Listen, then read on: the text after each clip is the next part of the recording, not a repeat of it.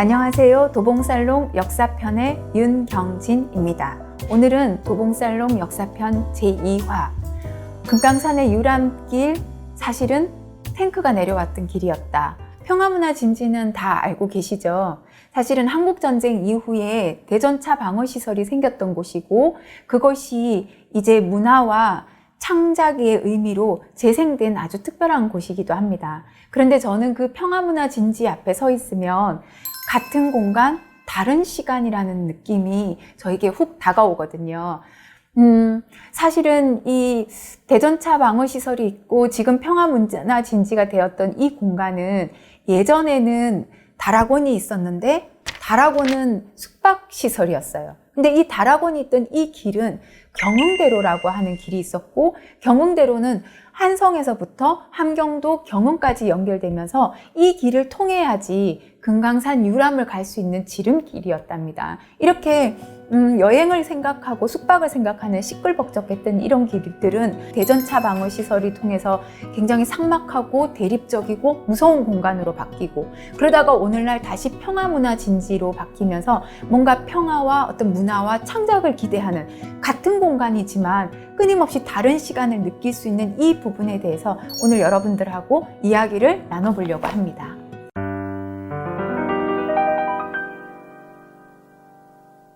제일 먼저 시작할 시간은 1950년으로 올라갑니다. 1950년 6월 25일 새벽, 북한이 탱크와 총을 들고 남쪽으로 밀려 내려오고, 우리가 막으려고 했지만 그 파죽지세로 내려오는 그걸 결국은 막지 못하게 되죠.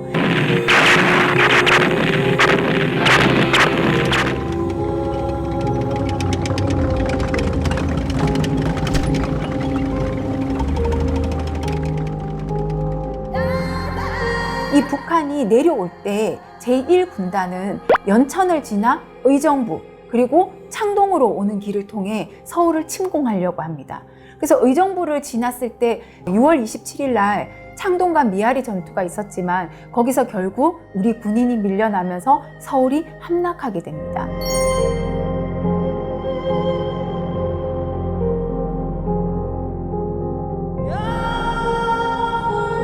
탱크가 서울 한복판을 지나간 셈인데, 도봉구 입장에서는 의정부에서 지금 평화문화진지의 길, 그리고 더 나가서 지금 도봉보건소 앞에 있는 쌍문 파출소하고 농협 사이에 그 길을 지나 쌍문 골목 쪽으로 탱크가 그대로 지나갔다는 거예요. 사실 그 길은 해방 이후에 도봉구에서는 가장 번화가였고 사람들이 많이 사는 곳이었는데, 사람들이 다니는 길이 마차나 차가 아니라 탱크가 지나갔다고 하니 얼마나 공포스러웠겠냐고요.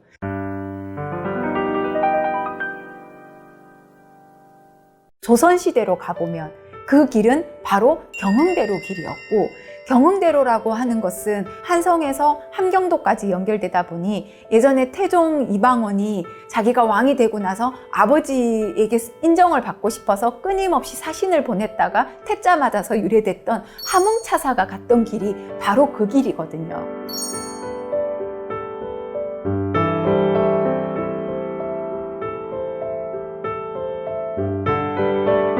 신경준의 도로고에 따르면 조선에 6개의 도로가 있었는데 그 중에 2번째 도로였다는 기록이 있어요. 그걸로 봐서는 나라에서 만들었던 길이구나 라는 것도 알 수 있는 거죠. 그런 나라에서 만든 길에 바로 다락원이 서 있었고, 이 다락원은 일반 숙박도 아닌 관직에 있는 사람들이 와서 머물렀던, 공적인 일을 보러 갈 때 머물렀던 공간이었기 때문에 다른 숙박업보다는 훨씬 고급적이었고, 그러다 보니 그쪽에 관리인들을 따르는 수행원들도 있었을 거고, 그 사람들에게 뭔가를 팔려는 사람들도 있을 거고, 그러다 보니 이쪽이 물류센터로 크게 성장할 수밖에 없고, 이런 과정에 경흥대로가 쭉 이어지는 함경북도 쪽에는 특산물들이 북쪽의 관문인 다락원에서 유통이 되어 한성으로 들어왔을 확률이 굉장히 높은 거죠. 그런데 함경북도에 있는 특산물 중에서 우리가 조금 눈여겨봐야 되는 게 바로 북어인데, 이 북어는 조선 사람들한테 굉장히 인기가 있었던 걸로 우리가 추측을 해볼 수 있어요. 왜냐하면 북어는 말리니까 저장이 오래될 수 있고, 그리고 조선시대에는 심리마다 주막집이 있었는데 거기 국밥 베이스를 다 뭐로 쓸 거냐는 거예요. 지금처럼 돼지고기가 많지 않았을 거니 그 국밥 베이스로 아마 북어가 안성맞춤이었을 거고, 그리고 또 이 명란젓은 오랫동안 보관할 수 있지만 심지어 고급스럽기도 해. 그래서 또 이 명란젓으로도 이용이 되고, 또 북어 껍데기를 벗겨서 잘 말리거나 튀기면 영양식이 되기 때문에 아마 많은 아이들의 간식으로도 됐고, 뿐만 아니라 궁녀들의 월급 중에 쌀이나 콩 말고 북어까지 줬다는 기록이 있는 걸로 봐서는 얼마나 조선 사람들이 북어를 필요로 했고 북어가 많이 유통됐고, 그럼 그렇게 많은 북어가 어디로 유통됐을까요? 한성에 들어가기 위한 북문인 다락원에서 유통됐을 거라는 거죠. 또 우리 정조대왕이 실망시키지 않아요.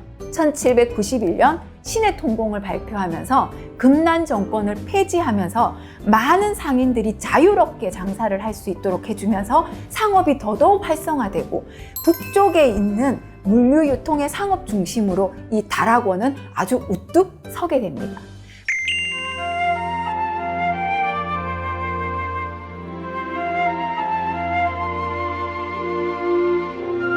그렇지만 결국은 이제 우리가 1896년에 여원제가 폐지되면서 다락원은 그 역할을 잃어가지만, 여전히 이 경흥대로는 도봉산이나 그리고 서울에서 가장 가까운 조광조나 송시열을 모시고 있는 도봉서원을 방문하기에는 이 길을 반드시 통과해야 하고, 그리고 금강산으로 유람하고 도봉산, 수락산 이런 유람을 즐길 때는 경흥대로를 통과하지 않을 수 없었기 때문에 이 길은 여전히 설레임과 시끌벅적함으로 사람들에게 희망을 주는 길이었을 거라는 거죠.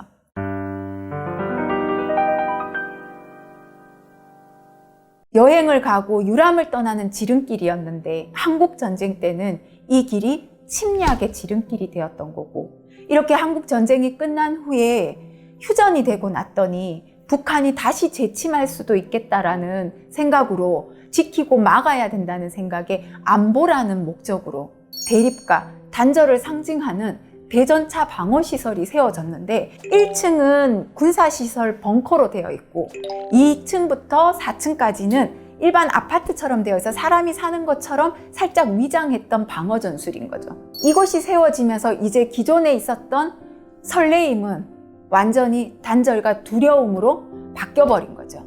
2014년 대전차 방어시설을 다시 재생해야 된다는 목소리가 나오면서 2017년에 평화문화진지라는 평화와 어떤 창조와 예술, 문화가 함께 할 수 있는 공간으로 다시 재생되면서 조금은 회복되는 그런 기분이 들기는 하지만, 현재에는 그런 회복되는 기분에서 그치는 걸로 만족하지 않고, 같은 공간에서 미래에 우리에게 다가올 그 시간에는 과거의 조선시대처럼 금강산도 여행할 수 있고, 또 더 나아가서 이젠 금강산이 아니라 자동차를 타고 시베리아 횡단열차를 타고 세계 일주를 할 수 있는 그런 설레임을 줄 수 있는 관문으로서 기대를 해봅니다.